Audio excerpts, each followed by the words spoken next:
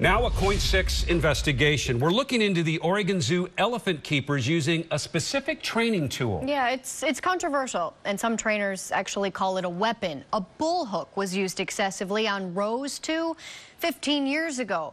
But the question is, what has changed since then? The abuse on Rose 2 led Oregon state legislators to rewrite animal abuse laws. It got rid of the need to prove that there is, in fact, pain in animal abuse cases. Investigative reporter Carla Castaño has been looking into why the zoo continues to use the bull hook. And Carla, you found several other zoos have abandoned that tool.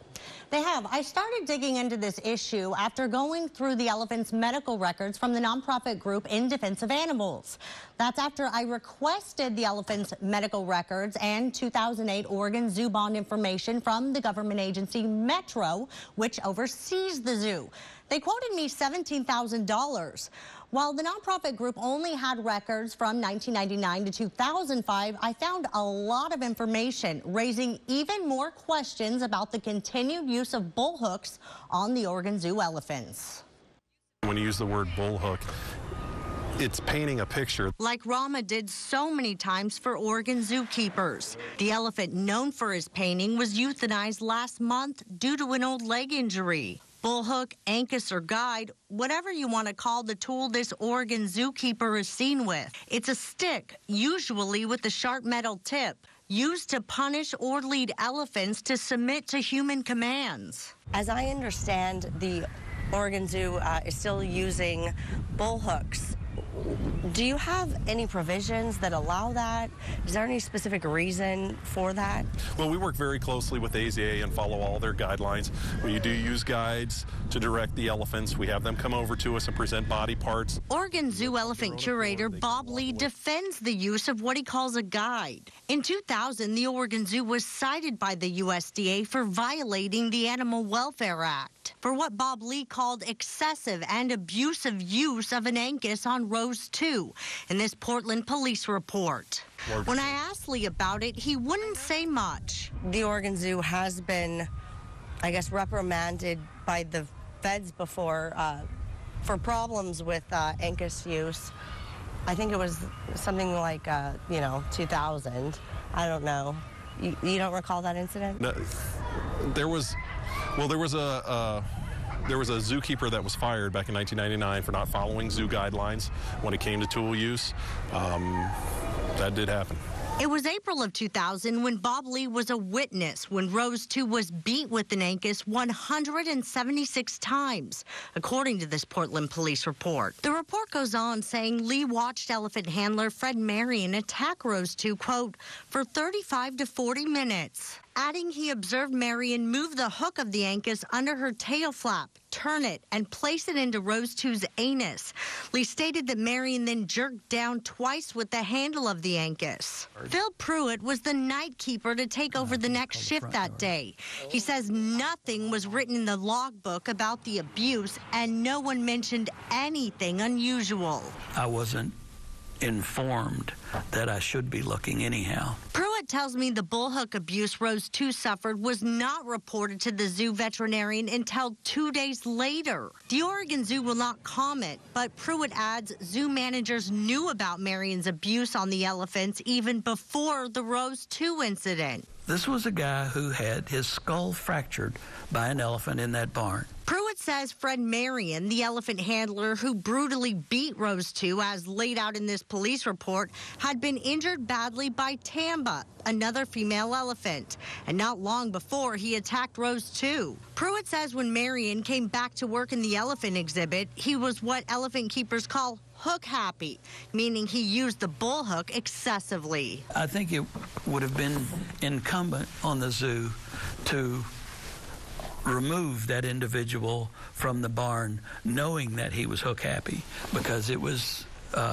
he was counseled on it. This police report shows the senior elephant keeper knew there was a history, telling detectives he had to counsel Marion at least a dozen times in the past 18 months for inflicting hook injuries on various elephants. Even after this extreme case, I discovered a zoo vet found Angus wounds causing issues like an abscess on Shine's trunk.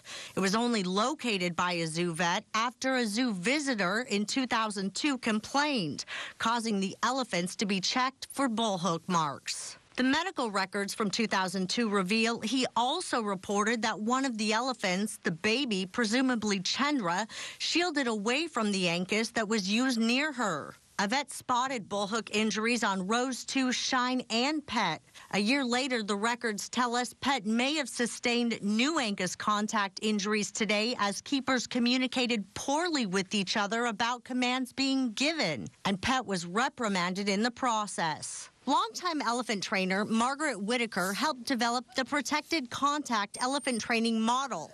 She says it does not include bullhooks. When we're behaving aggressively with these tools that are really weapons that are designed to hurt and frighten the elephants, then sometimes they say enough.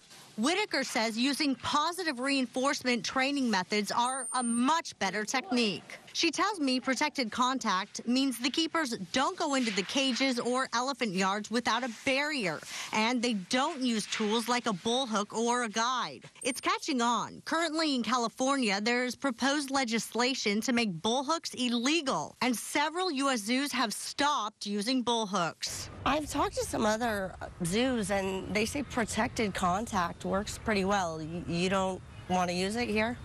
We have what's called welfare-based training. We have elements of protected contact. There is a barrier in place. So it's not the word, it's the program. So looking at our program, people who didn't know what the words meant or the definition behind it might say we're in protected contact. But Whitaker says the Oregon Zoo can't truly be practicing the protected contact elephant training model and be using bullhooks. This, while Pruitt tells me if the elephant keepers are going to share space with an elephant, they have to have a bullhook.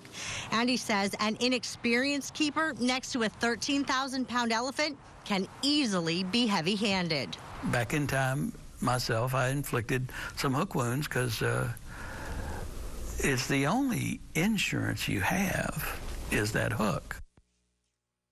A trainer that I talked to out of Tennessee, she says that elephants have a really long memory. You probably heard that old phrase before, an elephant never forgets. Well, she says that's the exact reason why a bullhook just doesn't work when you're training an elephant, because you can't use it for two reasons, not to lead and to punish, because once an elephant has been hurt by a bullhook, she says they're always going to be intimidated by it. They're going to be tense, and she says that can create a volatile situation.